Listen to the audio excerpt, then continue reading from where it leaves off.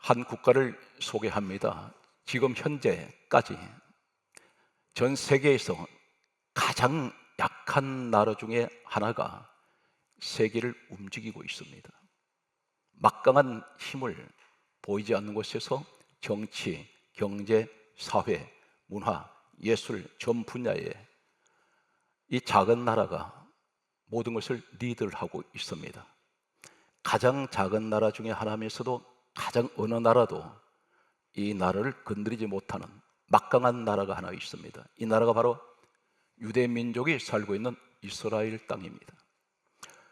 현재 이스라엘 땅은 우리나라 강원도 면적만 합니다.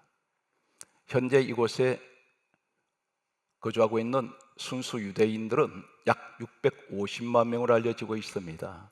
전 세계의 유대인들을 전체를 이야기하면 약 1,500만 명이 됩니다.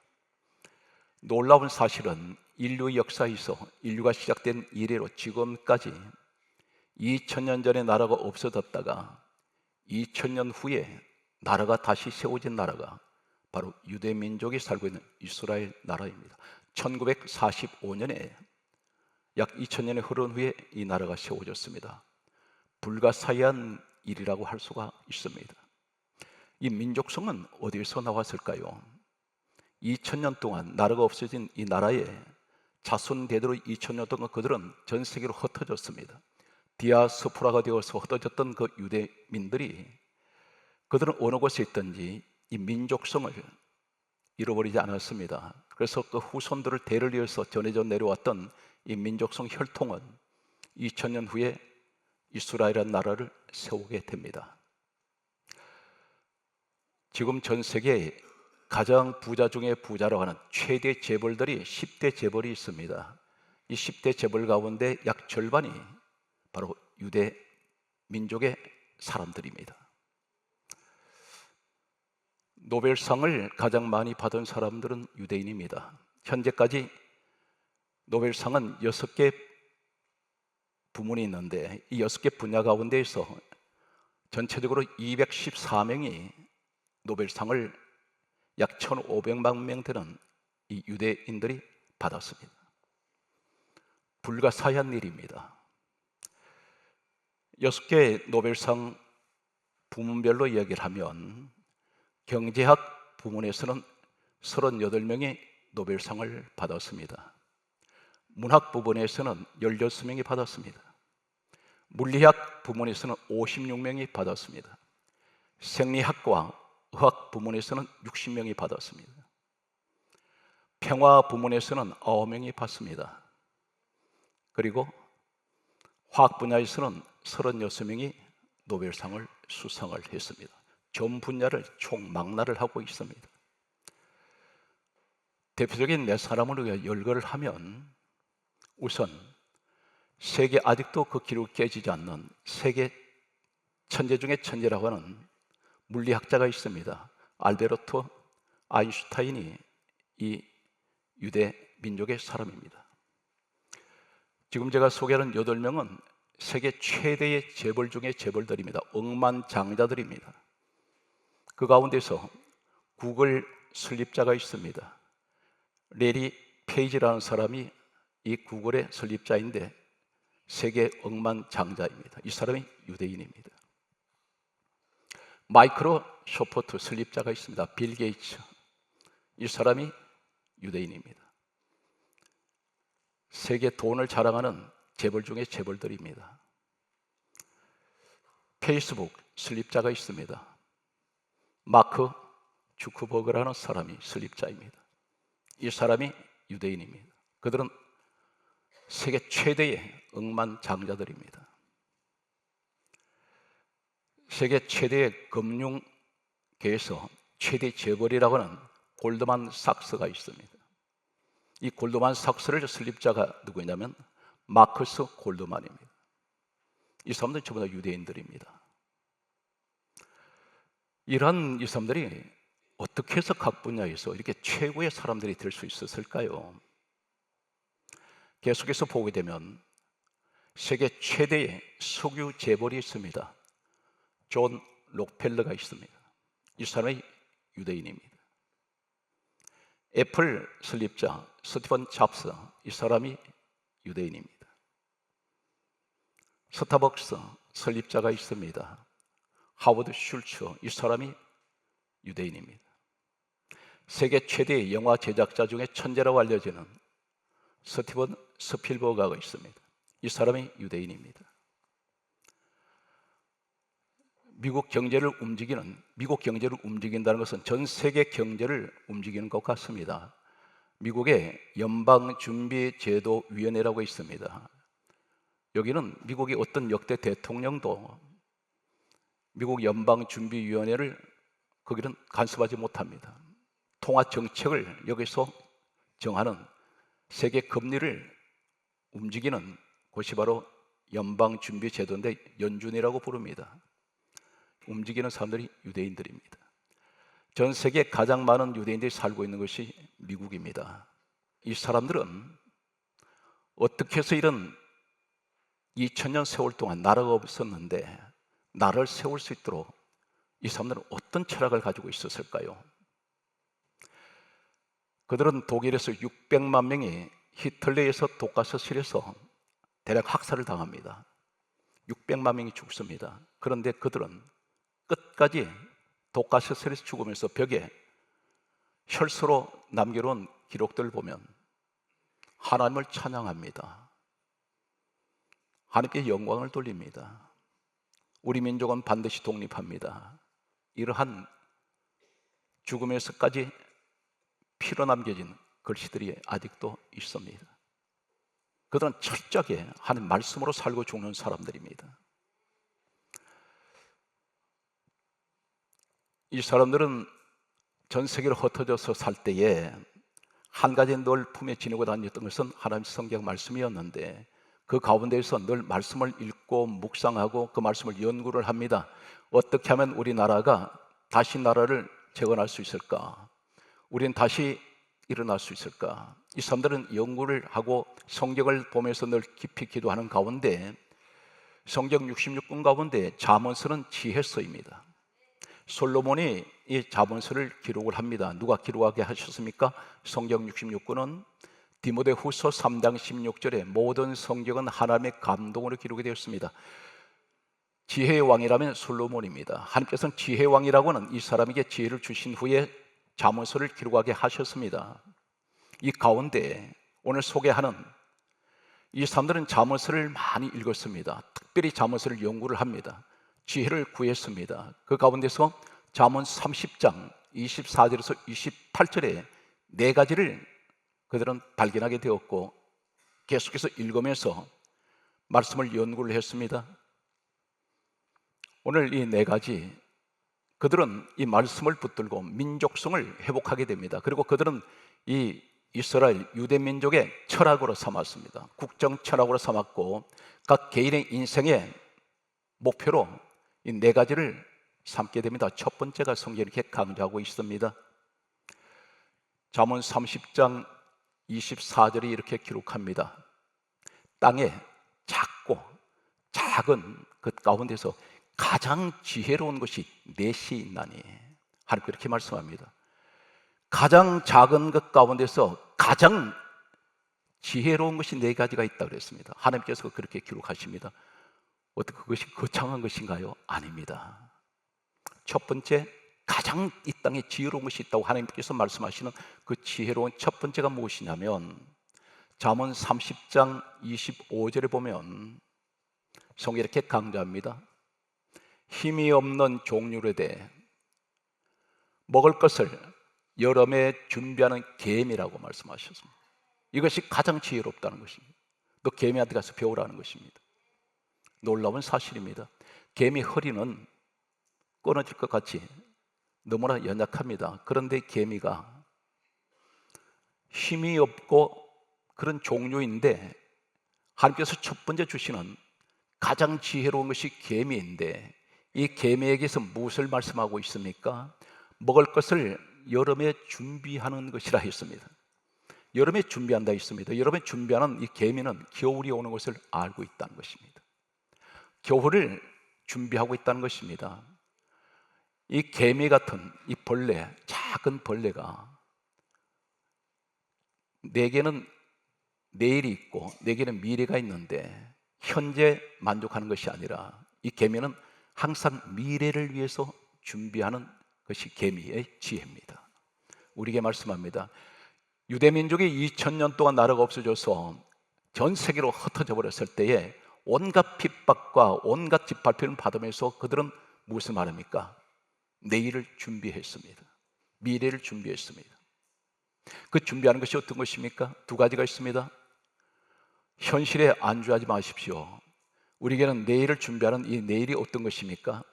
이 사람들은 성경 말씀에서 이 철학을 가지게 되는데 우리 신앙생활은 하나님 현재는 너무나 힘들고 어렵습니다. 그러나 내게는 내일이 있기에 미래가 있기에 오늘을 준비합니다. 기도로 준비하는 사람 되시기 바랍니다. 믿음으로 준비하시기 바랍니다. 말씀으로 준비하십시오. 도저히 불가능합니다. 2000년 후에 어떻게 나라가 세워집니까? 한 가정이 세우는 것이 아닌데, 그런데 누가 세워주십니까? 이렇게 개미같이 준비하는 사람들, 이것이 지혜라는 것입니다. 하나님 지혜는 어떤 것입니까? 네 머리로 그 지혜 가지고는 되지 않는다는 것입니다. 땅 한 평 없는 나라에 어느 곳이 정착을 해야 될지 모르는 그들에게 하나님께서는 개미와 같은 항상 내일을 위해서 미래를 위해서 준비하는 이 사람들, 그들은 세상이 흩어져 있어도 마음은 하나였습니다. 우리 하나님께서 말씀합니다. 너 지금 삶이 불가능하냐? 그 한 국가를 세우는데 땅 한 평 없는 그들에게 하나님께서 땅을 주셨습니다. 막강한, 지금 어떤 상황인지 아십니까? 아랍인들이 주변에 10억입니다. 10억이 넘는 아랍인들이 있습니다. 못 건드립니다, 이 사람들. 그 힘은 하나님께서 계명에서 배우는 이 지혜를 통해서 내일을 준비하는 사람들, 포기하지 않는 사람들, 꿈을 접지 마십시오. 하나님께서는 반드시 여러분에게, 하나님께서는 내게 상상 못하는 일이 현실로 나타날 수 있다는 것입니다. 이것이 바로 믿음이라는 것입니다. 그게 따라오십시오. 포기하지 말자. 내일을 준비하자. 오늘 여러분들이 되시기를 간절하게 소망합니다. 현실은 너무나 힘듭니다. 그러나 현실에 보지 말고 개미같이 먹을 것을 여름에 준비하는 개미에게 배우라. 그래서 성경이 이렇게 강조합니다. 잠언 6장 6절에 말씀하시기를 게으른 자여 개미에게 가서 그가 하는 것을 보고 따라서 지혜를 얻어라. 너 개미한테 배우라는 것입니다. 때로는 현재 삶을 포기하고 낙심하는 사람은 개미보다 못한 사람입니다. 한낱 벌레보다 못한 인생입니다. 우리는 현실이 아무리 힘들어도 내일을 준비하는 이런 지혜를 가지시기를 간절하게 소망합니다. 성경 말씀은 계속해서 이렇게 말씀합니다. 잠언 10장 4절에 말씀하시기를 손을 게으르게 놀리는 자는 가난하게 되고 손이 부지런한 자는 부하게 되느니라. 잠언 13장 4절에 이렇게 말씀합니다. 게으른 자는 마음에 원하는 것이 있어도 이루지 못하고 하나님께서 주지 않습니다. 부지런한 사람의 마음은 풍족함을 얻느니라. 이 마음에서 이 뭘 말씀합니까? 게으른 사람은 하나님께서 무엇을 원해도 안 주신다는 것입니다. 영적으로 게으른 것이 뭡니까? 예배를 게을리 합니다. 기도 게을리 합니다. 알고 있습니다. 기도하면 된다는 거 알고 있습니다. 예배 드려야 된다고 압니다. 그러나 게으르다는 것입니다. 하나님께서 가장 싫어하는 사람이 있습니다. 게으른 사람들. 이 유대 민족이 얼마나 부지런한지 모릅니다. 전 세계에서 유명한 한 가지 유대 민족은 부지런하기로 가장 유명합니다. 그들은 절대 게으르지 않습니다. 우리에게 영적 생활을 할 때 이렇게 말씀합니다. 로마서 12장 11절에 말씀하시기를 크게 따르십시오. 부지런하여 게으르지 말고 거기에서 열심을 품고 주를 섬기라. 사랑하는 성도 여러분, 부지런한 사람이 예배를 열심히 드립니다. 오늘 성전에 나오는 것도 부지런하지 않으면 못 나옵니다. 예수 믿는 사람은 세상 사람보다 2배로 부지런해야 합니다. 그들은 세상 것을 위해서 살아가지만 하나님의 사람은 믿음 생활은 한 가지 더 우리는 이 일을 하고 있기 때문에 2배로 부지런해야 합니다. 예배 생활이 부지런하십시오. 기도 생활 부지런하십시오. 하나님께서 말씀하셨습니다. 부지런하여 게으르지 말고 열심을 품고 주를 섬기라. 사랑하는 성도들은 반드시 이 사람에게는 오늘 유대민족에게 주시는 이런 축복을 여러분에게 부어 주실 줄로 확신합니다. 두 번째 소개합니다. 잠언 30장 26절 말씀에 보게 되면 이렇게 강조하고 있습니다. 약한 종류로 돼. 아까는 계매를 가리켜 힘이 없는 종류로 돼. 근데 이번엔 두 번째는 잠언 30장 26절에 약한 종류로 돼 집을 바위 사이에 짓는 사반이라는 동물에 대해서 말씀합니다. 집을 어디에 짓습니까? 바위 사이에 짓고 있다 그랬습니다. 이 사반은 어떤 동물이냐면 토끼과입니다. 토끼보다는 작은 체구를 가지고 있습니다. 대단히 온순합니다. 겁이 많습니다. 그런데 이 사반이 어디에 집을 짓느냐면 바위 사이에 집을 짓는다 했습니다. 성경은 이 바위 반석을 뭐라고 말씀하십니까? 성경이 이렇게 강조하고 있습니다. 시편 18편 2절에 나의 하나님은 반석이시라. 복음적으로 뭘 말씀합니까? 우리 하나님이 반석이시라 말씀합니다. 성경 말씀은 이렇게 강조하고 있습니다. 시편 89편 26절 말씀에 보게 되면 나의 하나님은 구원의 바위시요. 신약에는 고린도전서 10장 4절은 이렇게 말씀합니다. 우리 예수님을 가리켜 반석이라고 말씀합니다. 영적으로 뭘 말씀합니까? 나는 겁이 많습니다. 아버지, 나는 토끼같이 겁도 많고 나는 세상이 두렵습니다.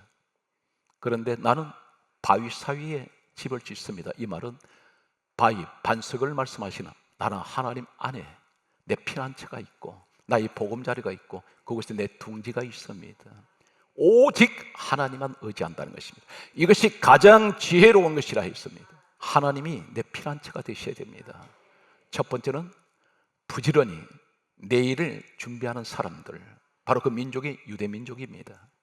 그리고 두 번째가 나는 오직 하나님 안에서만 내가 있기를 원합니다. 유대민족은 그 처참한 환경에서도 끝까지 하나님을 떠나지 않습니다. 그래서 주 안에 늘 그들은 머물고 늘 하나님만 의지했던 그들에게 하나님께서는 후손 대대로 세계가 부러워하는 민족 중에 민족으로 그들을 세우신 것을 보게 됩니다. 오늘 이 말씀을 받는 여러분, 여러분이 그 주인공이 되십시오. 여러분은 어느 곳에 내세워도 손색이 없는 분들입니다. 단 한 가지, 하나님만 의지하시면 그분은 나를 붙들어 주실 것이고 그분은 나를 세워 주실 것입니다. 세 번째 소개합니다. 잠언 30장 27절의 말씀을 보게 되면 이렇게 말씀합니다. 세 번째 가장 지혜로운 것이 무엇인가에 대해서 성경이 말씀합니다. 유대민족은 이것이 그들에게 민족의 정통성이 되었고 철학이 되었던 오늘 그 말씀을 우리가 듣고 있습니다. 잠언 30장 27절을 보게 되면 임금이 없어되, 임금이 없다 있습니다. 지도자가 통솔자가 없습니다. 임금이 없었대 때를 지어 나아가는 메뚜기, 이렇게 말씀합니다. 임금이 없다는 것입니다. 다스린 자가 없습니다. 지시하는 자가 없습니다. 통치하는 자가 없습니다. 그런데 그들은 한결같이 때를 지어 나아가는 메뚜기란 말이 무슨 말입니까? 일사불란하게 수천 수만 마리 메뚜기들이 하나가 되어서 한 곳을 향해서 나아가는 모습을 말씀합니다. 이것이 무엇입니까? 누가 가르치지 않아도, 누가 너를 이끌지 않아도 연합하는 자들, 하나 되는 사람들, 사랑하는 성도들, 가정이 아무리 행복하다 해도 가정이 마음이 흩어져 버리면 불행한 가정입니다. 부부가 마음이 하나가 되어야 됩니다. 연합을 해야 됩니다. 민족이, 우리나라는 이 작은 면적 안에서 소위 진보 보수라는 이름으로 갈기갈기 찢어져 있습니다. 교회마저 찢어졌습니다. 분열되고 있습니다. 하나가 되지 않습니다. 하나님께서는 누구를 기뻐하시냐면 연합하는 자, 하나 되는 자. 오늘 이 자리에 사람 부모님, 자녀와 하나가 되시길 바랍니다. 그리고 우리 교회들이 하나가 되어야 됩니다. 여러분 기도하실 때 하나 되게 해달라고 기도하셔야 됩니다. 하나님께서 해주시지 않으면 방법이 없습니다. 한 방울의 빗방울은 힘이 없습니다. 그러나 이 빗방울이 모일 때 거대한 바다를 이룬다는 사실입니다. 한 알의 모래알은 아무 힘이 없습니다. 그러나 이 모래알이 모일 때에 빌딩을 지을 수 있습니다. 우리의 힘이 나 혼자는 약합니다. 그러나 내 가족들의 힘을 합할 때 반드시 놀라운 기적은 만들어낼 수가 있습니다.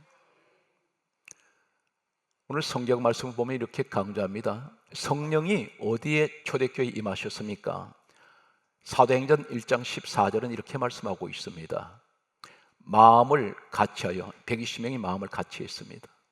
그리고 오로지 기도에 힘쓸 때 성령이 임하셨습니다. 마음을 같이 해야 됩니다. 교회가 언제 부흥되는지 아십니까? 교회가 분쟁하면 교회는 부흥되지 않습니다. 교회가 부흥되는 것은 사도행전 2장 46절에 날마다 마음을 같이하여 어디로 모입니까? 성전에 모일 때 교회는 부흥됩니다. 오늘 이 현장이 그 축복의 현장 되시길 바랍니다. 성경 말씀은 이렇게 강조하고 있습니다. 갈라디아 3장 28절에 말씀하시기를 우리는 다 그리스도 예수 안에서 따라서 하나라. 여러분 한 몸이 되셔야 됩니다. 하나가 되십시오. 그러면서 성경 강조하기를 예수님께서 십자가에 죽으신 이유가 무엇입니까? 에베소서 2장 16절에 십자가로 이 둘을 한 몸으로, 누구와 누구 관계입니까? 하나님과 원수된 우리가, 죄인이 한 몸이 되었습니다. 그리고 화목하게 하시려고 십자가에서 예수님 죽으셨습니다. 세상 사람들은 문제가 닥칠 때 방법이 없습니다. 그러나 우리는 어떤 문제가 와도 한 가지 가장 불가능이 없는 방법이 하나가 우리에게 하나님이 계십니다. 하나님께 기도만 하면, 믿음으로 구하면 반드시 이루어지는 것을 믿으십니까? 오늘 시간에 어떤 힘든 일이 있습니까? 그걸 내려놓으십시오. 어떻게 내려놔야 됩니까? 믿음으로 내려놓으십시오. 그리고 하나님 앞에 믿음으로 이 문제를 가지고 구하십시오. 그럼 반드시 하나는 이루어 주실 것입니다. 네 번째, 가장 지혜로운 것 네 가지. 첫 번째, 개미 얘기해서 배우고, 사반, 그리고 메뚜기, 이 미물들을 통해서 우리에게 하나님께서는 지혜를 배우라고 말씀하십니다. 이 유대 민족은 이들을 통해서 그들은 네 가지 철학을 가지게 됩니다. 그래서 이 사람들은 이것을 생명처럼 여깁니다. 늘 연구하고 연구했던 그 결과는 오늘날 그들에게는 놀라운 축복을 하나님께서 부어주셨습니다. 네 번째를 소개합니다. 잠언 30장 28절 말씀에 보면 이렇게 말씀합니다. 손에 잡힐만 하여도 왕궁에 도마뱀이 있느니라. 이렇게 말씀합니다. 도마뱀 얘기를 하십니다. 왕궁에 도마뱀이 있다고 합니다. 손에 잡힐만 하여도, 이 말씀이 무슨 말입니까? 그 도마뱀 잡아가지고 죽일 수 있고 버릴 수 있습니다. 도마뱀은 열대 지방에는 사방에 다 있습니다. 근데 이 도마뱀은 작은 것은 손가락만 하고 보통 큰 것은 한 뼘 정도 됩니다. 그런데 도마뱀은 왕궁에 있는데 잡지 않습니다. 그것을 뭘 말씀하냐면 이 도마뱀은 사람에게 대단히 유익을 줍니다. 도마뱀은 사람을 해치지 않습니다. 이 작은 도마뱀들은 왕궁에 있어도 잡지 않고 내버려 두는데 천정에도 있고 바닥에도 있습니다.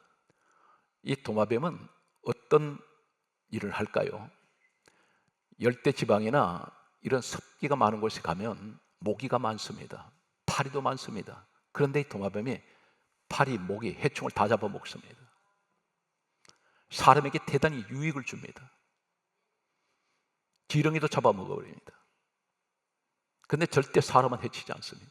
무엇을 말하냐면 너 도마뱀한테 배워라. 이 말이 무슨 말입니까? 너는 사람에게 유익을 주는 사람이 되어라. 너를 위해 살지 말고 주변 사람들한테 기쁨을 주어라. 한 가지 유대 민족성을 소개합니다. 놀라운 일이 있습니다. 유대 민족은 말이죠, 작은 구멍가게 하나도 망하지 않습니다. 놀라운 일입니다. 그들은 어떤 사고라든지 다 일어납니다. 그것이 뭐냐면 민족성인데, 여기서 말씀을 그들은 배웠습니다. 그대로 실천했습니다. 어떤 것이냐면, 한 구멍가게가 어렵다 그러면 유대인들이 거기에 달려들어서 거기서 물건을 다 사버립니다. 살려버립니다. 유대 민족성은 대단히 단결심이 강합니다. 그들은 아무도 막지 못합니다. 어쩌면 무시무시할 만큼 그들은 단결력이 강합니다. 그래서 어디가 어렵다면 그 기업에 가서 그 기업에 있는 모든 제품을 다 사줍니다. 완전히 회복시킬 때까지 그들은 도와줍니다. 사랑하는 성도 여러분, 우리는 혼자서는 살지 못합니다. 한자를 보게 되면 사람 인자가 있습니다. 막대기 2개가 걸쳐져 있습니다. 막대기 하나 가지고는 못 씁니다. 우리 혼자서는 설 수가 없습니다. 서로서로 격려해주고, 우리가 신앙생활에서 세상 사람보다 좀 달라야 될 것이 무엇인지 아십니까? 무엇을 실수했더라도 지적하지 마십시오. 오히려 격려를 통해서 이 사람을 깨닫게 하고 바로 세워질 수가 있습니다. 비판하기는 좋은데 격려하기는 쉽지 않습니다. 남에게 책임 전가하지 말고, 이것이 내가 기도가 부족한 탓이다, 내 눈에 자꾸 부정한 것이 보일 때는 그 부정한 것이 아니라 내가 부정한 것을 보는 그것이 내가 기도가 부족했다는 것입니다. 오늘 사랑하는 성도 여러분, 성경 말씀은 이렇게 강조하고 있습니다. 로마서 15장 2절에 이렇게 말씀합니다. 우리가 각기 이웃을 기쁘게 하되 선을 이루고 덕을 세우는 일을 할지니라. 항상 이웃을 기쁘시게 해드리는 그런 사람이 되십시오.